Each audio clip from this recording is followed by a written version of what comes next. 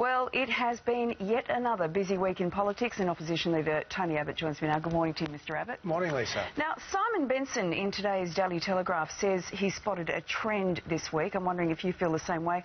Prominent female Labor MPs lining up to attack you in what he calls, unflatteringly, a handbag hit squad. I'm wondering if you've noticed it.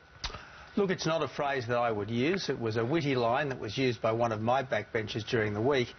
I've certainly noticed a lot of criticism, but that's not new. I mean, if you get a flat tyre on the way to work, that's Tony Abbott's fault, according to the government. So I guess this is just part of their tactic, isn't it? So you're not feeling bruised? I am not feeling bruised. I accept that when you're the opposition leader up against a bad government, when you've got to deliver the message that this is a bad government getting worse, you get a bit of pushback. All right, moving on now.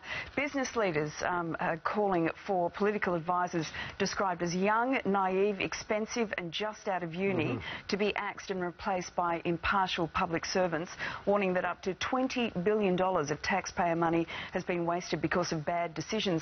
You and Julia Gillard are looking for cost savings. You're both promising a budget surplus. Wouldn't this be a good start? Well, I certainly agree that this is a government which has often been at war with the public service. Kevin Rudd didn't get on with his public servants. Julia Gillard has problems as well. So I think it is important that effective government works responsibly and constructively with the public service.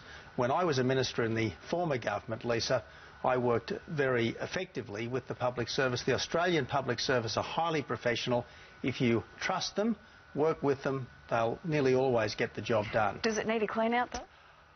I think the problem is the current government rather than the system as such. The current government has not been able to work effectively with the Australian public service. Well, there's 420 ministerial staff right now. That's nearly 100 more than when you were in office.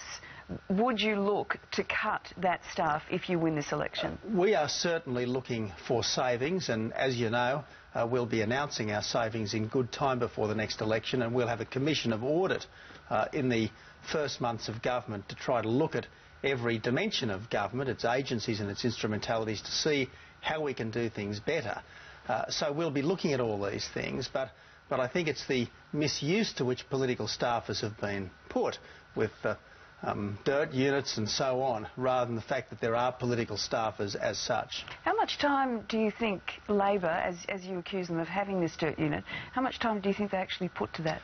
Well, the interesting thing is, when the Treasurer, for instance, makes a speech, he is invariably attacking people, whether it's the evil billionaires, the mining magnates who he thinks are destroying the country, even though they're responsible for billions of investment and thousands of jobs. Now I gather he's having a go at the Republicans in the United States and saying that they're the greatest threat to the world economy. Well, this is a Treasurer who should do his own job better, not worry so much about criticising others. All right. Yesterday you were ambushed by one of the chaser team when you were with Bali bomb victims. Let's take a little look at that vision. You said that without causing offence you do not have free speech. Do you agree that we should be able to do that? Do I have free speech to say that you're upsetting me? The chaser boys are known for pushing the envelope. Do you think they went too far? I thought it was a bit tacky. I was there with Peter Hughes, who was one of the Bali victims and since then has done the Peter Hughes Burns Foundation. I was there with Claire Marsh, who with her husband David have been running the Marsh Foundation to help hospitals in Indonesia. It was quite a solemn occasion. We wanted to try to encourage the Prime Minister to give modest assistance to the Australian victims of overseas terrorism, akin to what happens to the victims of domestic crime. And particularly for Peter and for Claire, it was a very emotional moment going into that garden of remembrance and pleading for the victims of terrorism, and to be interrupted by the chaser in a way that was neither funny nor sombre, I thought was just unnecessary. All right, speaking of emotions, fairly emotional debate this week in Parliament over the gay sex marriage debate. It was, of course, defeated. You said that you're conflicted over the issue and now is not the time. When will be the right time for gay marriage in this country?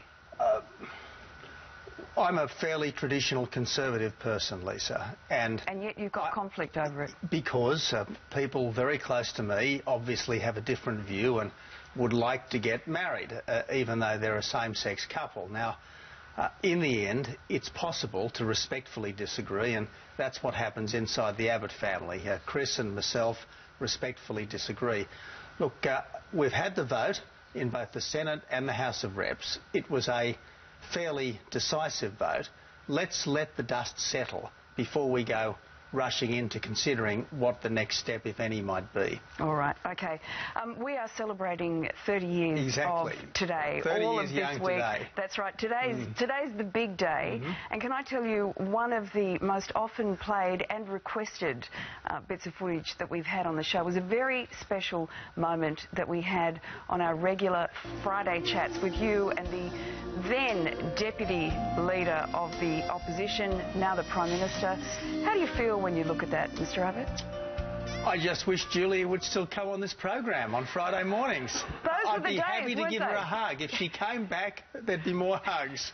Well, we would love to have her back. It would save me from having to hug Carl, let's face it. OK, one other moment that we love. You have proven that women aren't the only ones skilled with the iron. It was right here on the show. Let's have a look. I believe that it is much better to do the buttons this way rather than try to go face down. Yep, that's right. That's right. Fingers. How many lessons did you have before you did that for us? Look, many people have been attempting to get me to iron effectively over the years. I mean, Margie's been trying to get me to iron my own shirts, but I am resistant, deeply resistant. Although you did seem to have a few tips. I think somebody had worded you up. I had a few tips, yeah. Good. It's nice when you're honest, Mr. Abbott. Thank you very much, and we do appreciate the effort that you always make to come in here. It isn't always... Well, it's always friendly, but you always step up to the plate. We always appreciate it. Well, thank you, Lisa. And, yeah, look, we've had some pretty willing discussions, but I think it's been more light than heat. And they will continue. They will indeed. Mr Abbott, thank you very much, and good luck with Manly this weekend. Thanks so much.